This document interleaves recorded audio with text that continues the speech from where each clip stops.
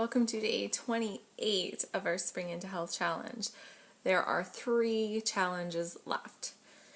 So continuing on with our theme, yesterday we talked about spring cleaning in regards to clearing out some clutter.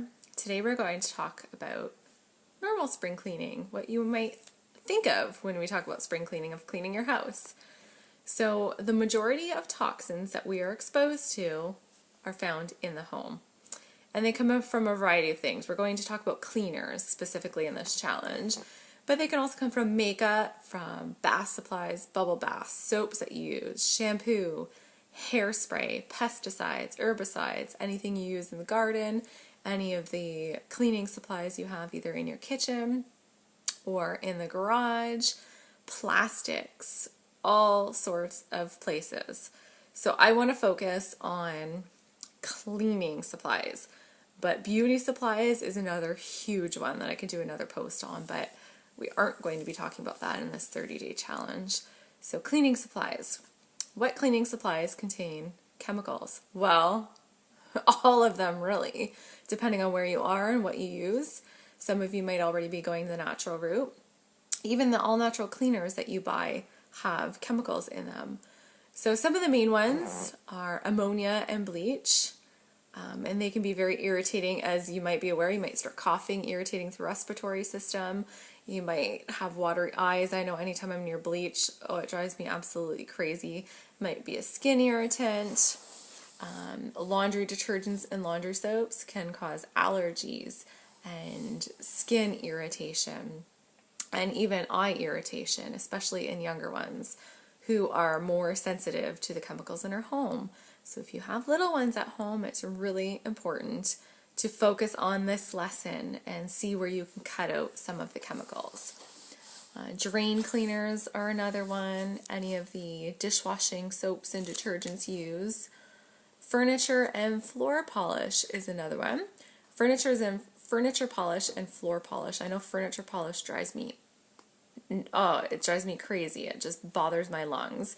But it can actually interfere with your red blood cells. And some of these chemicals can also increase your risk of certain cancers.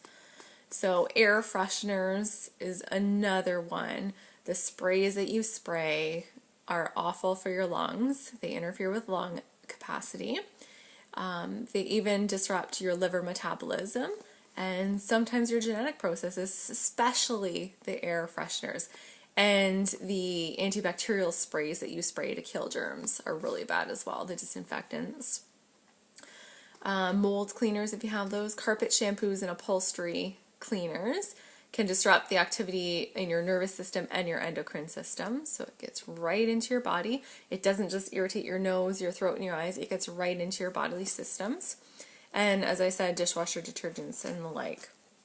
Pretty much anything that you spray or has a strong odor to it, anything you buy in a store, more or less, is going to contain chemicals that can affect you either mildly, from just a little irritation of the eyes, to internally affecting your liver and your endocrine system and your respiratory system.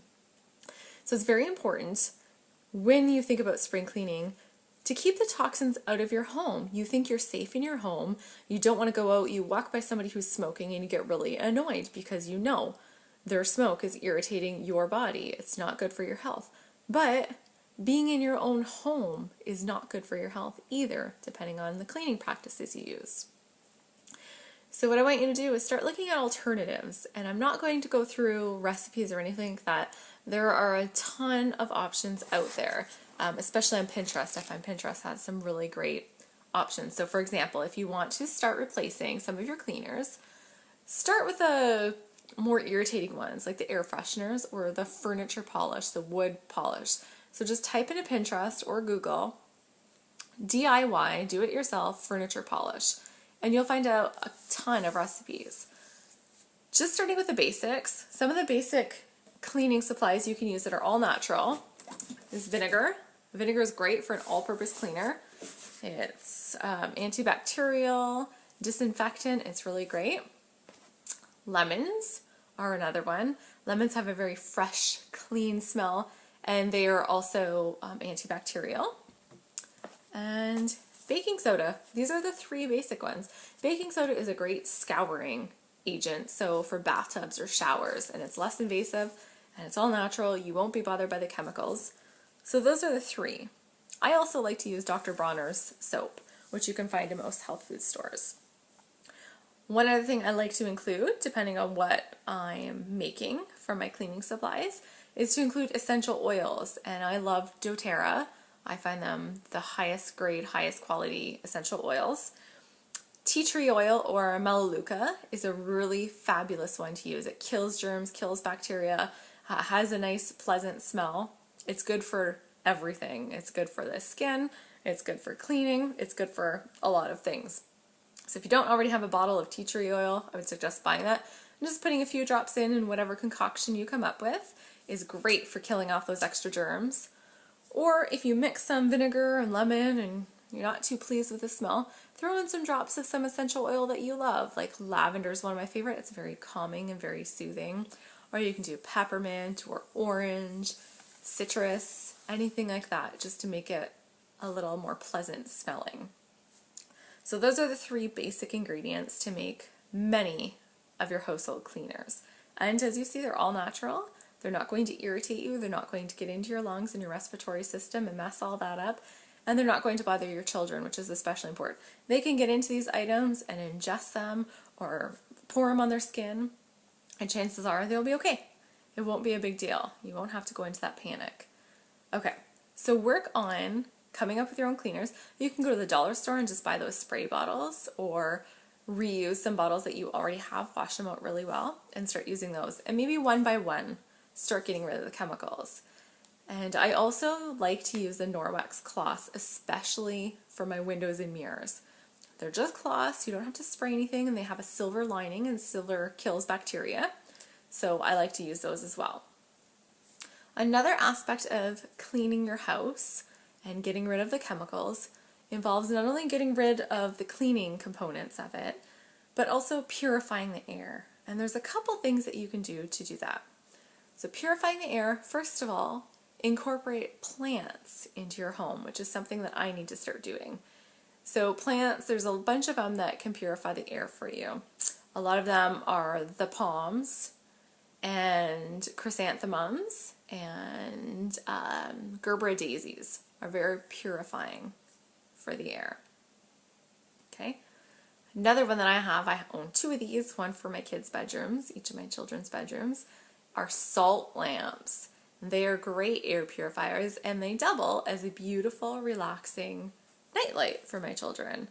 So the ions in the salt lamp go into the ions in the air and purify and clean everything. And my kids love them. My son used to be afraid of the dark. He would sleep with his lights on full, and I would turn them off when I went to bed. But now he sleeps with his lights off, and I think the salt lamps really relax them, and I need to invest in another one for me because I really, really love it. Okay, so that's your challenge for today, and it'll be a progressive challenge. You won't be able to do everything all in one day, but start doing some research, write down some recipes, or pin some things on Pinterest. Very simple.